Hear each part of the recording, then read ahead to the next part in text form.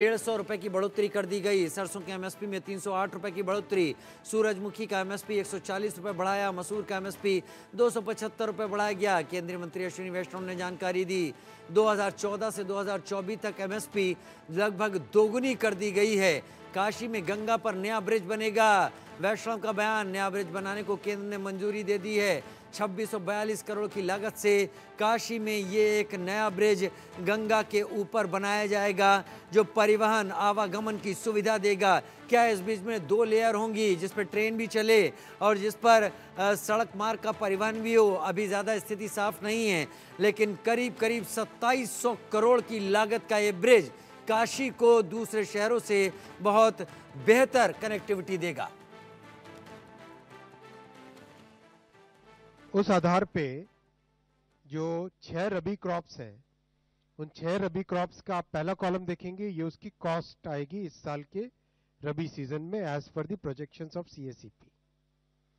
उसके आधार पे जो सेकंड कॉलम है वो है पिछले साल का एमएसपी। उसके आधार पे इस साल का जो एमएसपी है वो आपके सामने रखा गया है थर्ड कॉलम में, और एक्चुअली देखो तो फोर्थ कॉलम में एमएसपी फॉर रबी, ये वाला कॉलम, ये वाला कॉलम। इस कॉलम में आपको रबी की एमएसपी दी गई है और सिग्निफिकेंट इंक्रीज है। हम देखेंगे अगर वीट है, गेहूं के लिए 150 रुपए बढ़ाया गया है।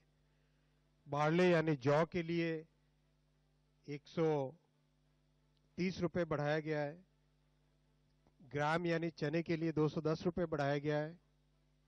मसूर के लिए 275 रुपीज बढ़ाया गया है और सरसों के लिए 300 रुपए की बढ़ोतरी की गई है। और सैफ्लावर यानी कुसुम, उसके लिए 140 रुपीज की बढ़ोतरी की गई है। मैं आप सबका ध्यान विशेषकर इस फोर्थ कॉलम, लास्ट कॉलम की तरफ ध्यान देना चाहूंगा। इस कॉलम पे आप सब जरूर ध्यान दें। एक एक आइटम पे जो कॉस्ट है, कॉस्ट से कितना ज्यादा एमएसपी है, वो इस कॉलम में क्लियरली दिखाया गया है। जो कई बार नैरेटिव की और फेक नैरेटिव की लड़ाई लड़ना चाहते हैं, उनके सामने ये सच के आंकड़े अगर परोसोगे तो।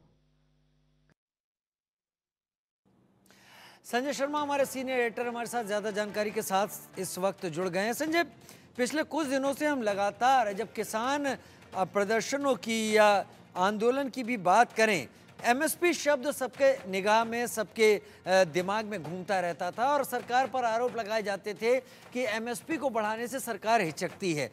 लेकिन अश्विनी वैष्णव ने एक बात साफ की कि 2014 से अब तक कई फसलों में ये चीज़ दोगुनी कर दी गई है और आज जो उन्होंने सरसों और गेहूं को लेकर ये सारी चीज़ें सामने रखी हैं, ये किसान के लिए एक बड़ी मदद की तरह है।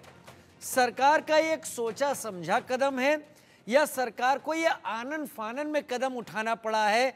आपका विश्लेषण क्या कहता है संजय जी? देखिए, हमने जब केंद्रीय मंत्री अश्विनी वैष्णव से जब इस सवाल का जवाब पूछा तो उनका कहना था कि सरकार हर साल रबी की सीजन के पहले इस तरीके से रबी की फसलों में एमएसपी बढ़ाने का काम कर रही है। 2014 से लेकर के 2024 तक ये क्रम लगातार जारी है। तो रबी की फसलों का एमएसपी आज बढ़ाया गया, चाहे हम गेहूं की बात करें, सरसों की बात करें, मसूर की बात करें, जितनी भी फसलों के दाम थे, सूरजमुखी की बात करें, तो इन सभी फसलों के एमएसपी आज बढ़ाए गए। जहां तक बात है केंद्रीय कर्मचारियों के डीए की अगर हम बात करें तो वो हर साल केंद्र सरकार दिवाली के पहले इसका ऐलान करती है, तो वो पेंडिंग था। पिछली 3 कैबिनेट की बैठकों में यह फैसला पेंडिंग पड़ा रहा, लेकिन आज केंद्र सरकार ने इसको पारित किया। 3% डीए केंद्रीय कर्मचारी पेंशनर्स को देने का फैसला किया। साथ ही साथ किसानों पर केंद्र सरकार ने काफी काम किया। पहले 17 बड़े फैसले किसानों पर लिए गए। 2024 में जब से सरकार बनी है मोदी सरकार की, नरेंद्र मोदी के नेतृत्व में 3.0, तब से 17 बड़े फैसले किसानों पर, कृषि पर प्रधानमंत्री नरेंद्र मोदी ले चुके हैं। आज फिर से बड़ा फैसला उन्होंने रबी की फसलों में एमएसपी का इजाफा करके किया। लेकिन आप जैसा बताया, 2014 से 2015 और 2024 से 2025 के बीच जो फसलों के दाम है, जो एमएसपी के दाम है, वो लगभग दुगने हो चुके हैं। तो आप कह सकते हैं कि कहीं ना कहीं किसानों की आमदनी बढ़ाने के लिए मोदी सरकार ने जो कमिटमेंट किया था, जो वादा किया था कि हम किसानों की आमदनी दुगना करेंगे, दुगनी कर देंगे, उस पर कहीं ना कहीं केंद्र सरकार काम करके नजर आ रही है। संजय जी, बात समझ में आ रही है आप जो कह रहे हैं। सरकार का भी जो कहना है कि एक समय होता है सरकार इन फसलों के पहले ही इनके एमएसपी के बारे में बात करती है, लेकिन फिर घूम फिर के वही सवाल आता है। देश में 2 जगह चुनाव का अनाउंसमेंट हो चुका है।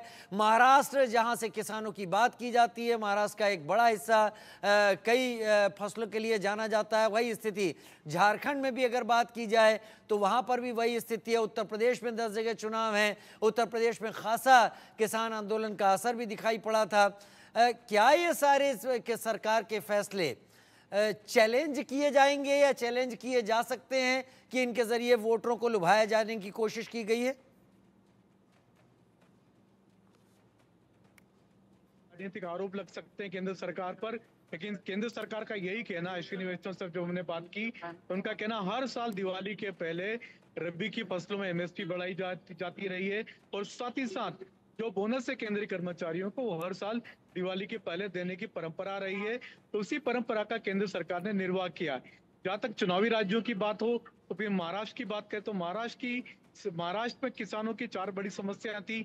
सबसे पहले उनको प्याज के दाम नहीं मिल रहे थे, तो सरकार ने प्याज का एक्सपोर्ट खोल दिया था, तो जिसके कारण भारत में देशी बाजार में भारत में प्याज की कीमतों में वृद्धि हो गई। आप देख सकते हैं इस समय 60 से 70 रुपए किलो प्याज उससे भी ज्यादा जा रहा है, कई जगह उससे भी ज्यादा जा रहा है। बिल्कुल बिल्कुल।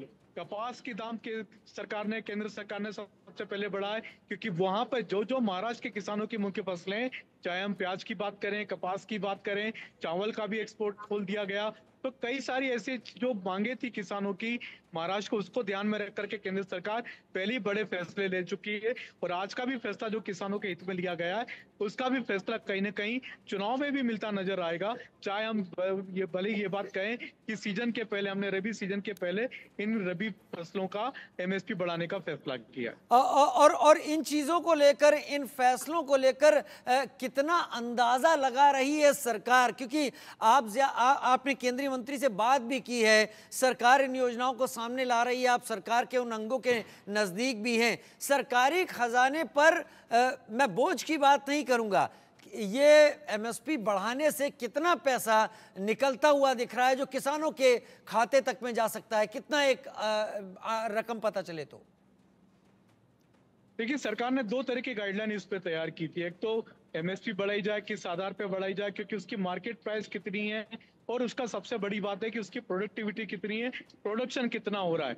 तो प्रोडक्शन कितना है, डिमांड कितना है, डिमांड और सप्लाई के ग्राउंड पे ही एमएसपी भी तय होती है, साथ ही साथ किसानों का मुनाफा भी तय होता है, साथ ही साथ उसको लागत कितनी आती है। क्योंकि अगर उसको किसी फसल को पैदा करने में लागत ज्यादा आ रही है, तो आप उसको अगर एमएसपी थोड़ी बढ़ा के भी देते हो, लेकिन उसके बावजूद अगर किसान को घाटा होता है तो फिर वो किसान के लिए फायदेमंद नहीं है। तो इसके लिए पूरा सरकार ने एक फार्मूला बनाया हुआ है। उस फार्मूले के आधार पर सरकार तय करती है कि किस फसल की कितनी एमएसपी देनी है और किससे किसानों को कितना फायदा होगा। तो इस समय किसानों के लिए ये बड़ी बात कह सकते हैं हम कि बड़ा फैसला लिया गया है, और किसानों को इससे कहीं ना कहीं राहत जरूर मिलेगी। किसानों को राहत जरूर मिलेगी, वाकई मिलेगी, क्योंकि एमएसपी बढ़ने से मिलने वाला पैसा किसानों के खाते में आएगा, और दीपावली से पहले जो दिए की चमक है वो किसानों के घरों में तेज जरूर हो जाएगी। संजय जी, बहुत धन्यवाद, आप हमारे साथ जुड़े इस जानकारी के साथ। उधर एक और बड़ी खबर